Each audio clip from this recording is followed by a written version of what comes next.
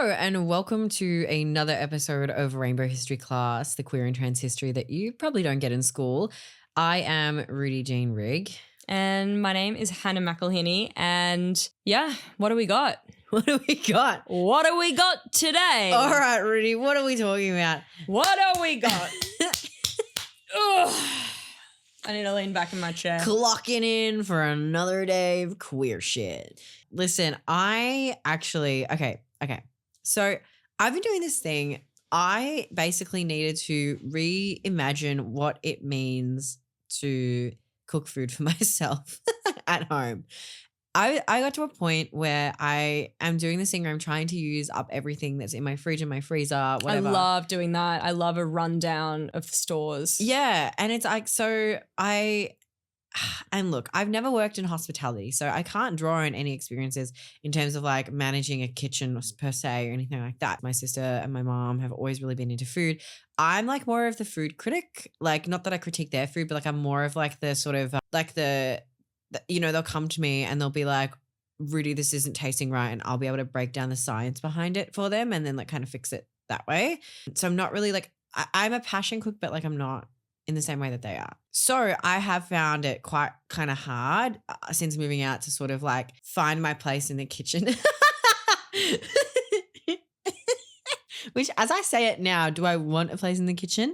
Is this because you're non-binary and some weird gendered thing? I don't know. Maybe, but I found it really hard to sort of like feel excited to cook, even though I like always look at things on Pinterest and go, oh, I would like to make that. And I feel like I've come up with a hack for myself.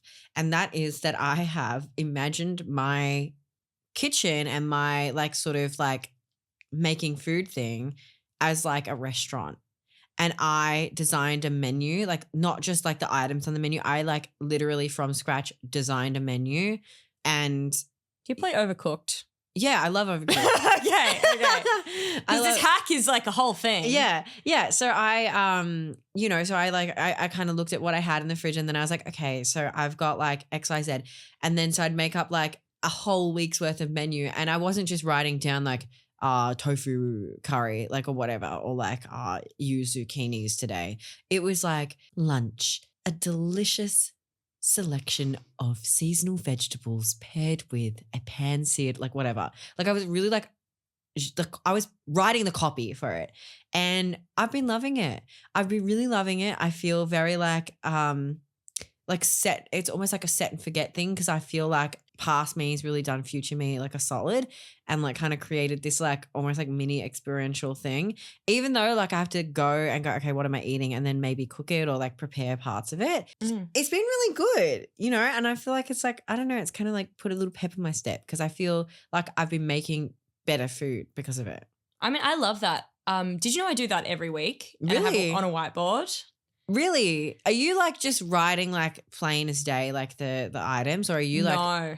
I mean, I'm not putting like a full description, but I'm putting down like lunch, the name of the dish, the sides it's served with. Oh, okay. And like everything because so I do most of my shopping at like, it's not a farmer's market because it's not organic or anything like that. It's just kind of this fresh food market where all, I guess, people that are in the fruit and vegetable business in some way like rock up and it's like either they're extra stock or like it's just other money for them or something like that. I'm not sure. Wait, but it's cheap. This is a place where for ages you were saying my herb guy and I was literally Jim. like, I thought you meant like your herb guy. But no, it's literally your herb guy. No, I mean like coriander and dill. Yeah. Yeah, 100%. Yeah, Jim. He is, everybody needs, it's because a couple of years ago, it was one of my like New Year's resolutions because I was reading all these cookbooks and at the beginning it was like always had this recommendation to like make friends with your local butcher or your local like fishmonger, and so I was like, I need a crew like this. Anyway, so that's how I have a herb guy. Yeah, I need my suppliers. Anyway, so yeah, that's what I do. So I go and if I ever have to shop from like a major supermarket brand that like it cooks everything, it like my whole budget is blown. I hate it. I hate it. I absolutely hate spending with the supermarkets. So normally I go and I get whatever's cheap, and then I look and I kind of Tetris set into a bunch of meals, and I sit down, and then that's what I do. I like have this whiteboard, which I keep, and it's kind of, I like do all of the dishes that I'm going to make and make sure that everything's there. And then I go ahead and cook, except for where it gets funny is, for some reason, I have this joke with Hannah about like radicchio being a special occasion vegetable, because we were at the markets and it was autumnal. Like it was really like, it was like produce chic. We were being like full lesbians. I was in my overalls. I was like, we bought some flowers and bread and stuff like that. I was like, oh yeah, I'm feeling like autumnal. Like let's get some radicchio, blah, blah, blah. And then each day when it came to kind of make that meal that we'd planned with it, we were like, I'm just not really like in a radicchio mood, or I don't want to like blow the radicchio this early in the week. We were just coming up with these bullshit excuses about like not eating the radicchio. Realistically, it's because we just wanted like pasta and not a bitter leafy vegetable. Yeah. But now we have this joke where every time we see radicchio, we have to buy it and like have a ceremonial meal, or like a beautiful meal with this radicchio. Oh my goodness. Yeah, so I absolutely get it. And it does, like, that it does put the pep in your step, because you're taking care of yourself. Yeah. And giving yourself great experiences, and that's what life is. Yeah, I feel like I'm having like a kind of like a weird is it Julie and Julia? My favorite film. Yeah. Yes. Yeah, it like kind of moment with myself, in that like, I love trying food, I love making food, but like I like it in my own way, and I have my own real personal experience with it that is really different to like my mom and my sister, who bond like between their like same way they look at food and like engage with food and cooking and stuff like that.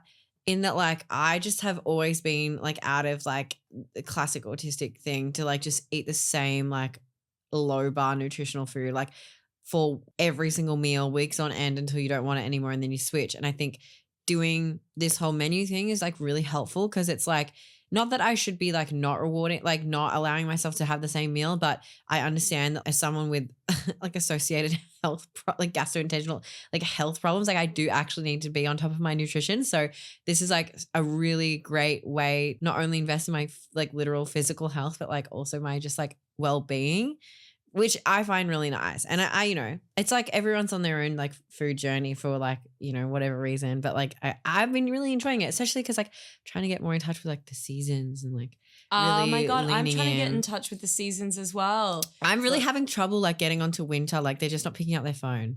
It's just because it's just autumn. Yeah, they still on leave. Well, yeah, then they're not even due. Did you get my joke? I said because they're still on leave. I'm getting so good at this.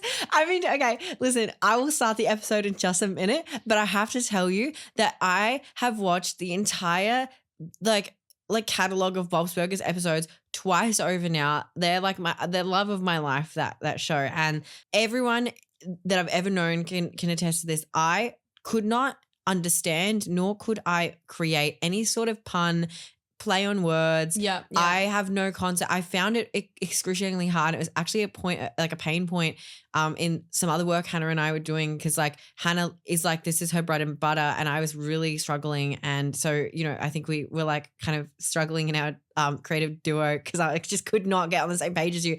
But I have literally cracked the code to this, and it has changed my life being able to make jokes like this. It's like a superpower. I know.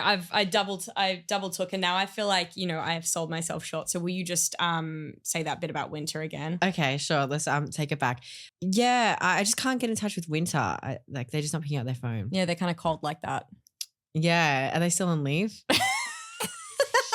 I don't know. But like if we were to move in from, food, obviously you came for the queer and trans history. What you got was some bad puns and a food preparation hack.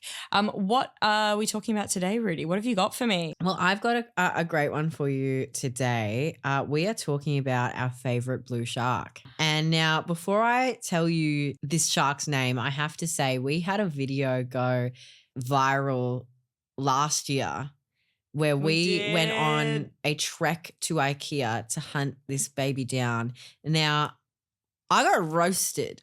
We filmed a full video in IKEA. Yeah. Multiple cuts. And I'll have you know, you're not allowed to film in IKEA. Okay, now IKEA, if you're listening, we didn't film in your store. I don't know what you're talking about. But we risked our lives going in there to film. Because it was like a Saturday morning. It was There was children screaming in literally every shot. You had to go into the kids section and we were filming in the kids section. It was challenging in so many ways. I think about that often. Noise, their parents. It was weird. Actually, at the end of the staff. video, you watched the end of the video, the final line. I don't know what the final line is. I say the final line, and then there's this kid screaming, and that's the cut. I just cut after this kid screams, and it's so funny. Anyway, I got roasted. What was I saying? I got roasted for how I was pronouncing the name of this the Swedes came shark. for us. And I understand, but what I did not expect from these people were that they were furious with how I pronounced it. Now, I don't know about you and what you know about Australians, but we are absolutely known for just taking a word and saying it phonetically. And just butchering. it. And we say every letter and every vowel. Yeah, exactly. And I have learnt my lesson. However, I will say in the comments there were multiple different streams of pronunciation. So the two that why don't you start with what you said? Okay, I said Blåhaj. I said Blåhaj. To me, Blåhaj is what I know, it's what I love. However, I am open to change. So the two ones that I kind of took away as like the main ones is Blåhaj and Blåhaj. I got Blåhaj. Blå? Yeah, Blåhaj. I'm gonna go with Blåhaj. Okay. All right. Just on the record, that's what I've chosen today. So let's get on. So we're going to talk about how Blåhaj became a trans icon, a trans mascot, loved by the masses, really. I'm going to take you on a journey. We're going to start at how sharks kind of entered into the pop culture sphere to begin with. To get some basics out the way, for those of you who don't know who this character is, Blåhaj is a character that is a plushie created by IKEA. Blåhaj was launched by IKEA in 2014, so relatively quite new. And as soon as Blåhaj was launched, pictures on the internet started to pop up of this shark sort of settled in IKEA scenes doing human stuff, sitting around a table with more Blåhajs. And yeah, it was like this whole phenomenon that sort of trickled into places like Reddit, and they also kind of went into Tumblr too, of course. But I think that's a given. Anything kind of weird and wacky ends up on Tumblr. But since then, Blåhaj's popularity has spread, and it's spread out into things like fan fiction and fan art, and in particular memes. A fan fiction? Yeah, fan fiction of like Blåhaj.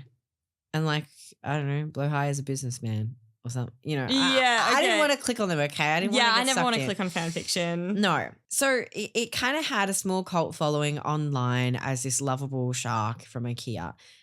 But tragedy almost struck. No. And in 2021, Blåhaj was set to be discontinued.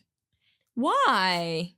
Apparently they were having issues with like resourcing and like, you know, like what do they call it? I feel like every company uses that as an excuse to stop doing something fun. Yeah. Resourcing. Well, like, you know, they couldn't get the materials or something. Okay. You know, and so they were like, we can't make Blåhaj anymore. Like, sorry. But they could make all everyone. the other plushies. I don't know what was going in their minds, but they clearly were not in touch with who their consumers. That's all I can say. Okay. Now, what happened was people didn't just like allow this to go on, because it was just like they loved this shark. This shark was bringing immense like wholesome joy to the internet. And so a petition on change.org started and urged IKEA to reconsider and basically to save Blåhaj from extinction. Oh, and the Lord's work. This got IKEA's attention, and this tweet and an IKEA spokesperson told Insider, like the magazine, that they had no plans to discontinue the toy, but that it was only temporarily unavailable because of ongoing supply issues. So I don't know whether there was a miscommunication and the original information about it being discontinued was actually incorrect, or whether they kind of backstepped and didn't want to admit that they were recommissioning essentially this toy and rather just said that it was only temporarily not available. I don't know what's worse. I don't know what's worse. So that's really the backstory. That's the origin story of Blåhaj. So let's just put Blåhaj in their little IKEA flat pack for a second. And let's look at, I know, I just feel like, I wish they made like little baby Blåhajs. Like, I just want a little baby. It's 2 sizes, right? Yeah, but I want like a little pocket. You want pouch. like a third? Yeah. Yeah. Okay, so this is where I want to take a detour because I think that what's really interesting about this and what it has interested other people, because other people that had written about this, was that sharks in pop culture are like deceptively popular, and we really do almost latch on to a lot of shark characters. Like Shark Tale, the shark from Finding Nemo, Sharknado. Yeah, like characters and stuff like that. So what I thought we would do, and to test your knowledge. Oh my gosh, a game. Yes. I've got another mini game. Yay. So this is called Between a Rock and a Shark Place. Okay. Oh my God, your pun skills incredible. Might I say jaw-dropping. Thank you. I don't have anything past that. That's right. I've been doing it a lot longer. I'm only new to the game. All right. So in this game, what I'm going to do is describe a popular shark.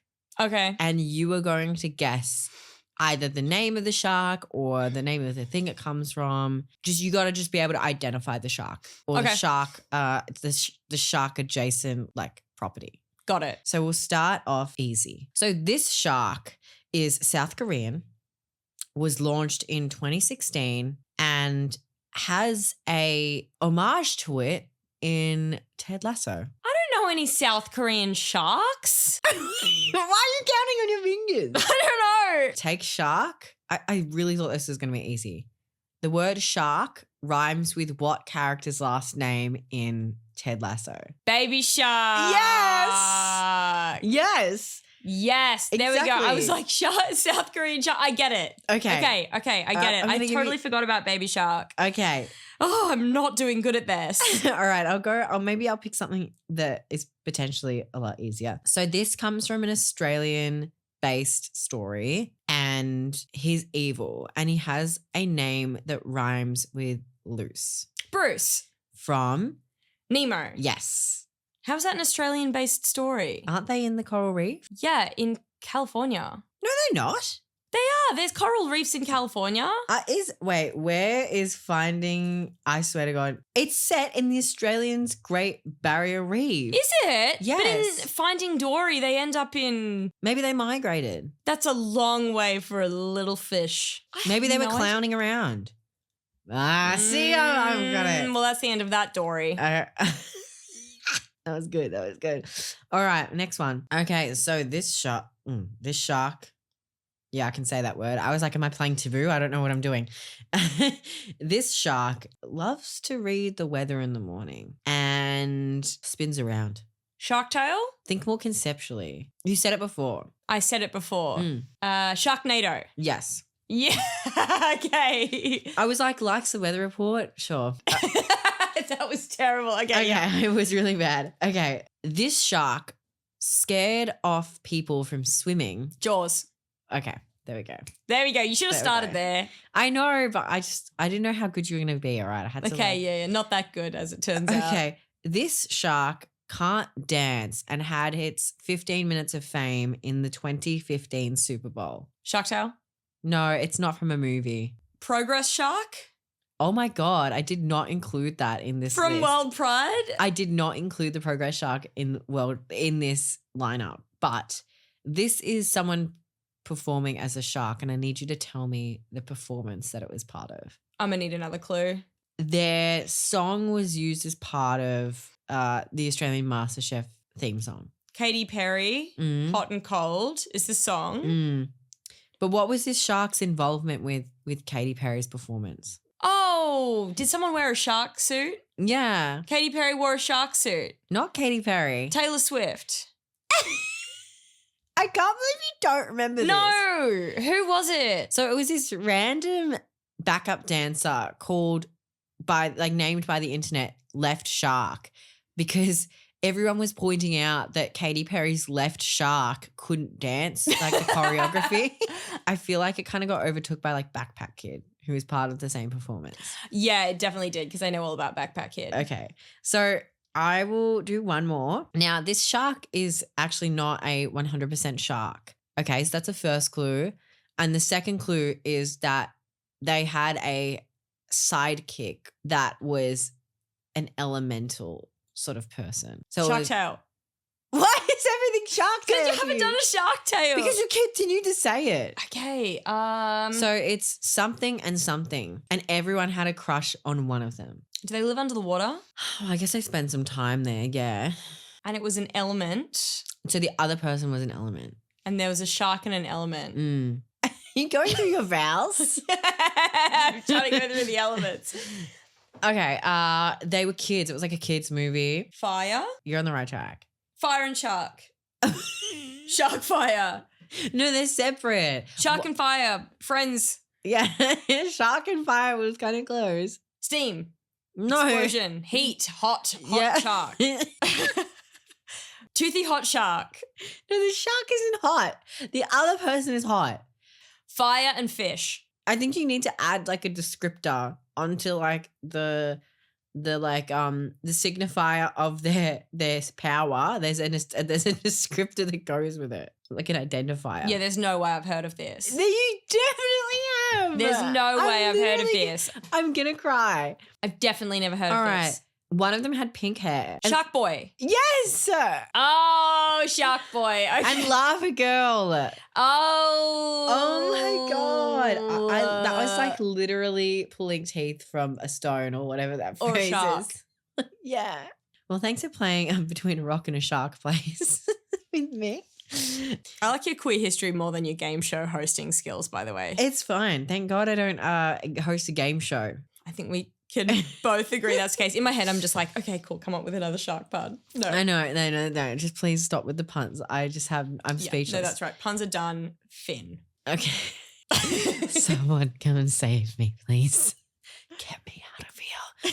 So now we've painted the picture now through that terrible game, which will never be played again, that sharks are actually in our consciousness. They're there. We love sharks.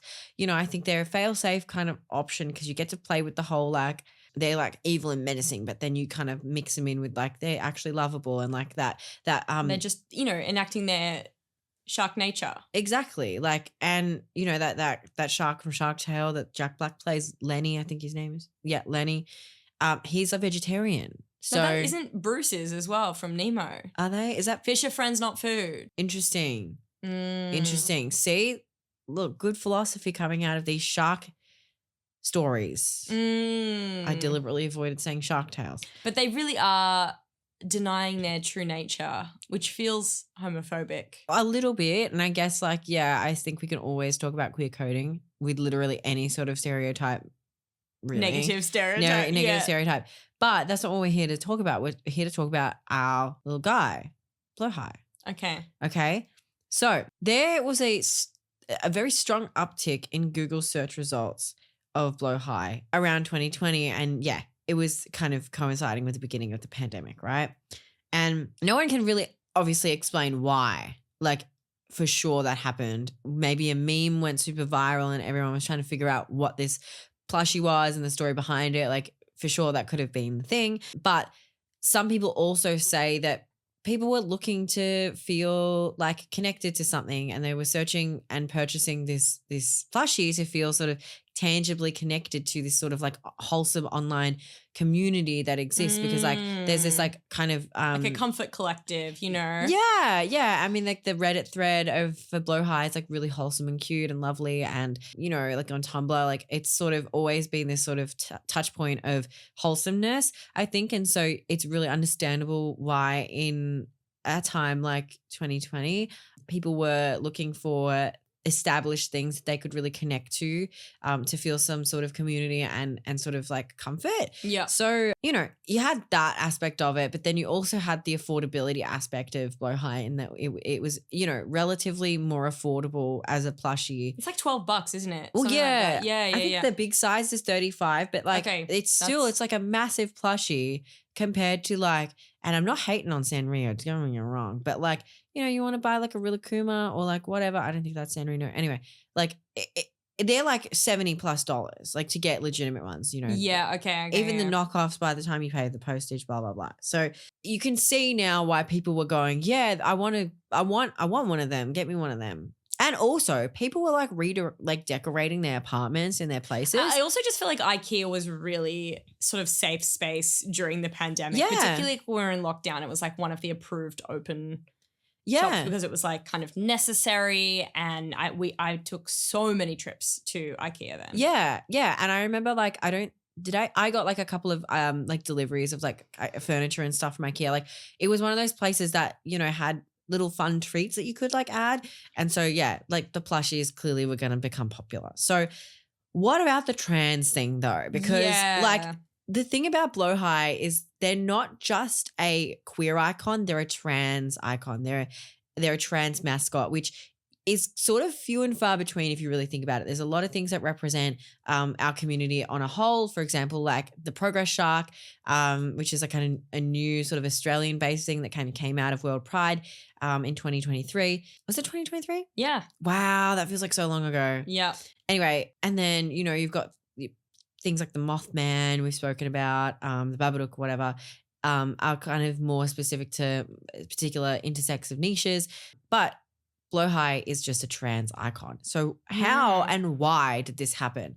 Is there some connection with Russia? I seem to remember a lot of like early Blåhaj memes were from Russia. I am not sure. I did not come across that in my research. Yeah, I feel like it's something that's a fact in the back of my head. Anyway, we can check that. Okay. Carry on. So these memes and these jokes were coming up in places like Tumblr. Now, where do the queers hide? I don't even think they're hiding. Where do the queers Yeah. frequent? They do. Tumblr. Okay. So really, it was, I don't want to like go, drawing like comparisons when there's not any, or drawing conclusions where there's not any, but like, people on Tumblr, a large percentage of queer people on Tumblr, these memes were getting kind of like popularized.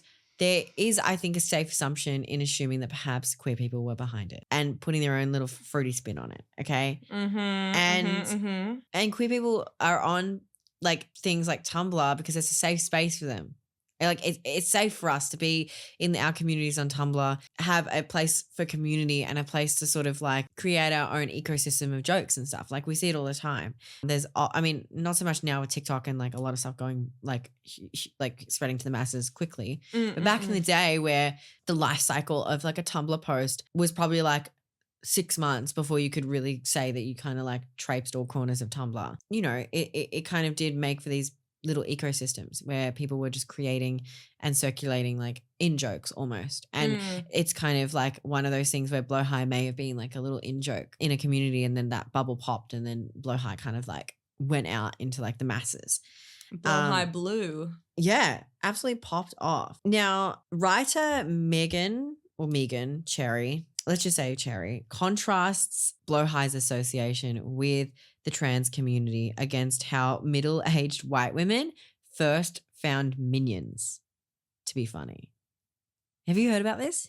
I mean, I know about like Minion Mania, but no, tell me, and I cannot. Oh my God. Okay. So middle-aged white cis women. Yeah, like, my favorite. Yeah, all I can think of is like that Bo Burnham song. Yeah, White Woman's Instagram, incredible. They love Minions. And again, I'm like maybe this was like 10 years ago, I don't know. They loved Minions. They thought they were like cute, like non-assuming, like non-violent, like little guys they could really get behind. Really, I really like Minions, but yeah. Yeah, I kind of secretly like Minions too. And then I get scared about how much Minion porn probably exists. I mean, I bet there's a bit of Blåhaj porn. Ew, I'm sorry. I don't want to yuck anyone's arm. I take it back, but please don't do that to him. Okay, these white women made a swath of like live, laugh, love style memes, quotes, images with the iconography of Minions. So you'd have like it's 5 o'clock somewhere. Yeah. And it was but first coffee. And that sort of thing. And then you had like a picture of a minion holding a coffee cup or like doing a little smile. Like, and they loved, right? I love them too. They're so, something about it. And I meant the white women. Exactly. Oh. Sorry, it took me a minute to catch up. So Megan has made this comparison between white middle-aged cis women who love Minions and the trans community and Blåhaj. And they say early adoption of a meme incites ownership. Like it or not, the internet's attention span is a game of first come, first serve, and goes on to say trans women simply got to Blåhaj first. So it's kind of, it is true because it's like you see the kind of attachment or uptick in use of a particular, icon with a particular group of people, and that group of people just like sort of assumes ownership over it. Yeah, okay. Which is kind of like I kind of get, and I'm like, yeah, because it's like your community, your space on the internet was sort of the first to kind of like, I was going to say reduce, reuse, recycle, but like just without the reduce. Exactly. Just the recycle. Exactly. So what does IKEA think about this, right? Because like, they've had a petition come through where people are like saying, please don't kill Blåhaj. You're going to commit like an extinction event against our beloved character. They've noticed it. They've said, hang on, we can't do that. All right. Like we're going to keep Blåhaj in circulation. And then of course, moving past that initial use of Blåhaj as just this wholesome meme, it has now been onboarded by the trans community as someone to get behind. Right. Okay. So they just the trans community just stumbled across Blåhaj. They stumbled and then said, "Oh, sorry, I didn't mean to kick you," and then picked them up and just continued walking with them in hand. Yep, got it. Got it. So has IKEA noticed Blåhaj? Well, they have. And in a really interesting way. Did they miss the trans memo? Well, that's the thing. Like maybe they're in a T for T relationship, Hannah. Maybe the polar bear is trans. You ever thought about that? The bed's for all. I can tell you that up until this point, I have never thought about whether or not the IKEA polar bear is trans. Well, but you've put that into my mind, so thank you. Well, see, maybe it was like a really, IKEA didn't even know the complexity of the relationship that they were purporting. And again, will we ever really know whether they did it because they knew that like the trans and queer community were like frothing over this shark? No, we probably will not know. I would love to interview the person who put this forward in the pitch. But until then, let's just assume that they did have some kind of like overview of the fact that this was sort of a thing on the internet, and they did decide to take an established queer icon, that being Blåhaj, and insert it into their campaign.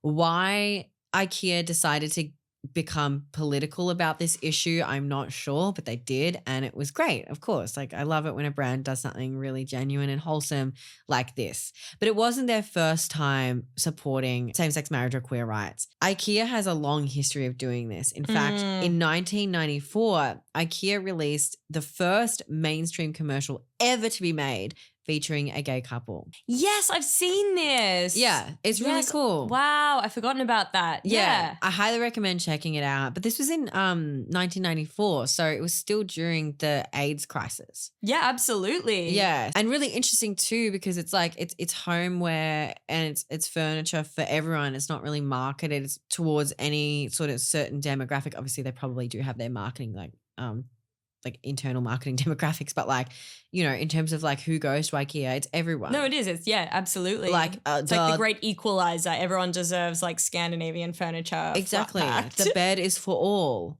Like, yes. And so they did that.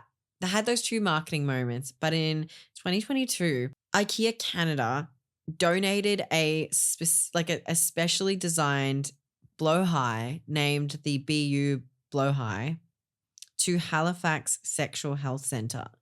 And this Blåhaj is really special because it's like it's like a trans Blåhaj, not just in like, it's not as if like IKEA Canada was like, here, this is a trans Blåhaj, like, and it was its regular colours.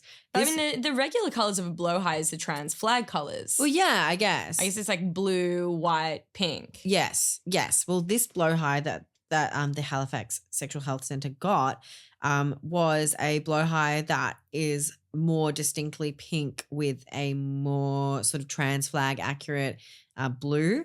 And it has, I think, some embroidery on one of its fins, which is really cute. And people were like tagging us in the Halifax Centre's like post about this Blåhaj, saying like, Rainbow Sugar, like, look, here's the trans Blåhaj. And I want to get my hands on one of these so bad. Like I want you to get one too. like I don't know how do we get one of these? Do we need to like contact IKEA Canada? Yeah, let's send some emails. Actually, maybe IKEA Australia will do it. Maybe they could call their mates in Canada. I mean, look, that's what IKEA thinks about it. So clearly they've recognized that Blåhaj is an icon, which hard not to. It's hard not to. Blåhaj's everywhere.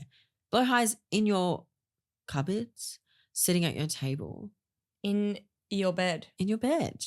For all. And so IKEA love that you noticed it. But what are trans people saying about Blåhaj? Because obviously it's one thing to be like, yeah, that thing's gay now, which is something that the internet does a lot. But the trans community does have specific reasons and is able to some extent articulate why they've attached to Blåhaj so much and so fiercely. So a Reddit user explains that plushies, including Blåhaj, are popular within trans feminine communities because they are, quote, a low-key way of expressing femininity. And Blåhaj in particular, because it's sort of like not this sort of like flowery doll. It's like sort of, it does have that masculine edge, but it's soft and comforting and has all those same sort of elements that we're speaking about with like sharks in popular culture. There's something lovable about them. Yeah, and so I thought that was really sweet and sort of a way to... And I think it is, but I feel like the plushies are childish. I'd never thought of them as feminine, but I guess, it depends. Femininity is infantilized. Well, yeah, and I mean, you grew up as a girl, so... Yeah. A different, I guess, like lens there. But I mean, you're right. Like, I think it's like, because it depends what your parents were doing too, right? Because it's like, if they were giving you only plushies that were like super like Care Bears and stuff, like, Care Bears is maybe not the greatest example, but like, like little dolls and things that were plushies, that's like, yes, more semiotically like feminine than like a grizzly bear plushie, right? So that's one way that I think is a really nice read on Blåhaj being accessible touch point of femininity for trans feminine people. Okay. And then trans masculine people on Reddit say that they love sharks in general and things that other quote 8-year-old boys would love, because again, it's like that sort of reclamation and getting back in touch with one's childhood that they didn't perhaps have. I definitely get that. Yeah. I definitely get like sharks were like when for most of my youth, I really saw like a gender binary as the dichotomy between sharks and dolphins. Really? Yeah. Like I just thought boy, girl, shark, dolphin. That is so true. That's like if you're a rat or a frog. Yeah. That's how and I don't know, it's not that I was like told that, but I definitely like, that's like a pretty deep set version of gender for me. Back in like the Y2K times, we were being exposed to a lot of like dolphin, frangipani, glitter, sunsea surf sort of It was like my entire personality. Yeah. And to be honest, I still love the magic of a dolphin. I can't get behind those shady motherfuckers. Really? They were my very first like special interest. I know so many breeds of dolphin. I I was sick of the bottlenose hegemony in terms of how dolphins were depicted in popular culture and really sort of took it upon myself to kind of like see more common dolphins. Yeah, I mean, look, I respect that, but my first exposure to dolphins was watching it was reading Hitchhiker's Guide to the Galaxy and then watching the film. Have you ever seen it? No. So, okay. Well, it's been out so long, I'll spoil it for you. Sorry. But dolphins are evil, basically, and they want to like take over. I know. I feel like that's like a common misconception. Like that's a common thing with dolphins. Like the dolphins are evil, but they are magical creatures. It's a common misconception that dolphins are evil. I think so. I think it is. And you know what? I think it is. I think it's like one of those things where it's like the acceptable alt belief is that sharks are cooler than dolphins because dolphins are like a basic girl thing, right? Smooth brained. Literally. And I think it's like cool to go against, people that came of age in the Y2K. It's like there's this thing about going against dolphins by saying that they're evil and standing instead in favor of sharks because they're kind of, moodier and, framed as the bad guys. But dolphins did not ask to be milkshake ducked like this. Dolphins did not ask to be put on a pedestal by various Y2K tween brands and then ripped off it by that film. Shark Tales. No, by that film, Shark Tale. Exactly. So I ride for the dolphins, but you know what? It's not really about dolphins. This is about blowhaj, Blowhaj, not all right? blowholes. No. Yes. Justice for blowhaj. Stop dogging them. Now, listen, as I've said throughout this episode, there's really only anecdotal, like, sort of first person perspectives on why people, like trans people, love blowhaj, why the queer community on a whole really champion blowhaj. I think it's just one of those like happenstance things of like we were kind of there was a gap in the zeitgeist. It was time for a new sort of character to enter the canon, and blowhaj was just there at the right place, right time. You know. And I think that the fact is, I love that everyone has their own take, their own reason for loving blowhaj. Me personally, I just love getting behind a wholesome little guy. I just love a character. I collect plushies. I like love characters. I love animated things. I love anything. Like, I'm not a furry. Let me get that straight. That's on record. But I love like kind of stuff like that. The fact that I can imagine blowhaj being like a 9-to-5 businessman, but quitting that life to pursue like opening like a knitting store. Like, I that's think you need something to write some blowhaj fan fiction. like, but I can get behind that. Do you know what I mean? Like, and so there's no real hard and fast reason. Like, conservatives was like, why blowhaj? I'm like, why not? Why not? And I think I want to end on a couple of quotes that I got. The first one is from an article where someone quotes, "When you hold blowhaj, blowhaj doesn't judge, blowhaj simply understands." Which I'm like, I don't need therapy. I just need a blowhaj.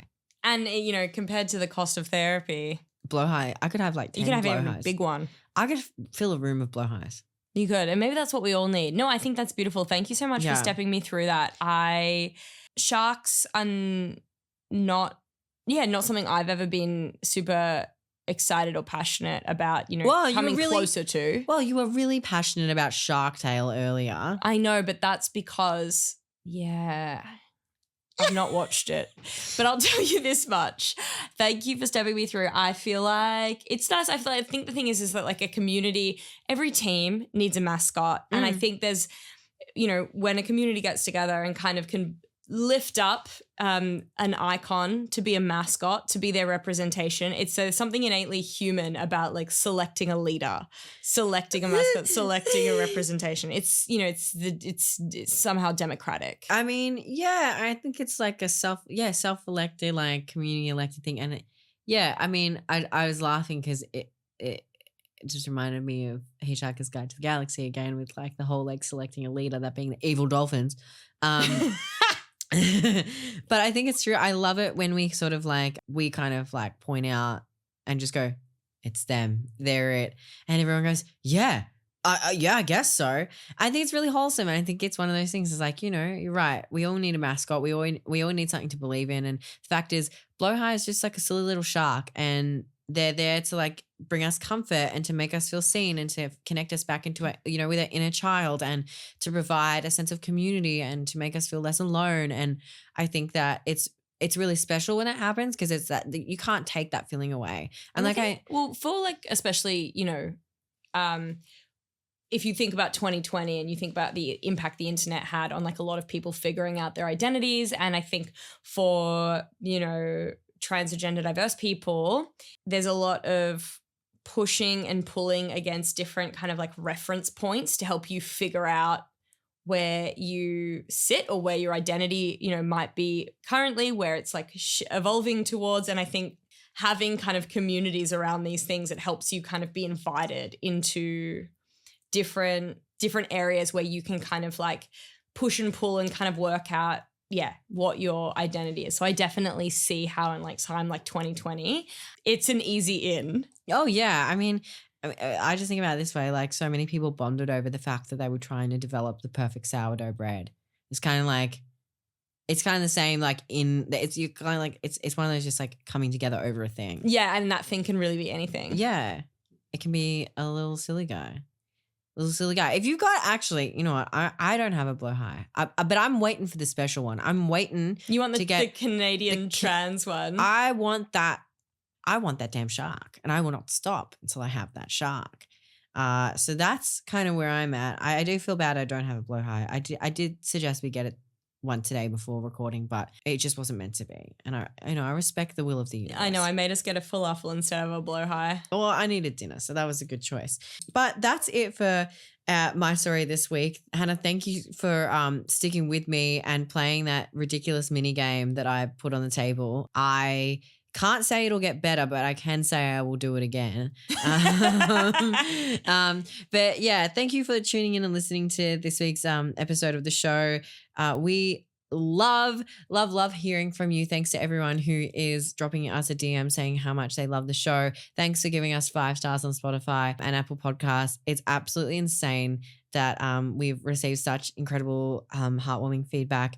This is really like a passion thing for Hannah and I, and to be able to sit down and share longer episodes with you is really like such a highlight to our week. So thank you so much for being here. If you want to come and chat with us on socials, you can go over to our Instagram or TikTok. Stay tuned. We will be bringing you a Discord soon. And you can head over to our Patreon if you want more exclusive content. Like we do a couple of episodes where we just kind of shoot the shit. It's a show called Detention, and we also pop things like pre-sale links to shows and vlogs and things when we get up to silly goose business. But yeah, Hannah, do you wanna leave us with something? Yeah, I want to leave you with with something that I always like to leave you with, and that is an affirmation. The haters are right. Not everything is gay, but there is gay in everything, including the IKEA market hall.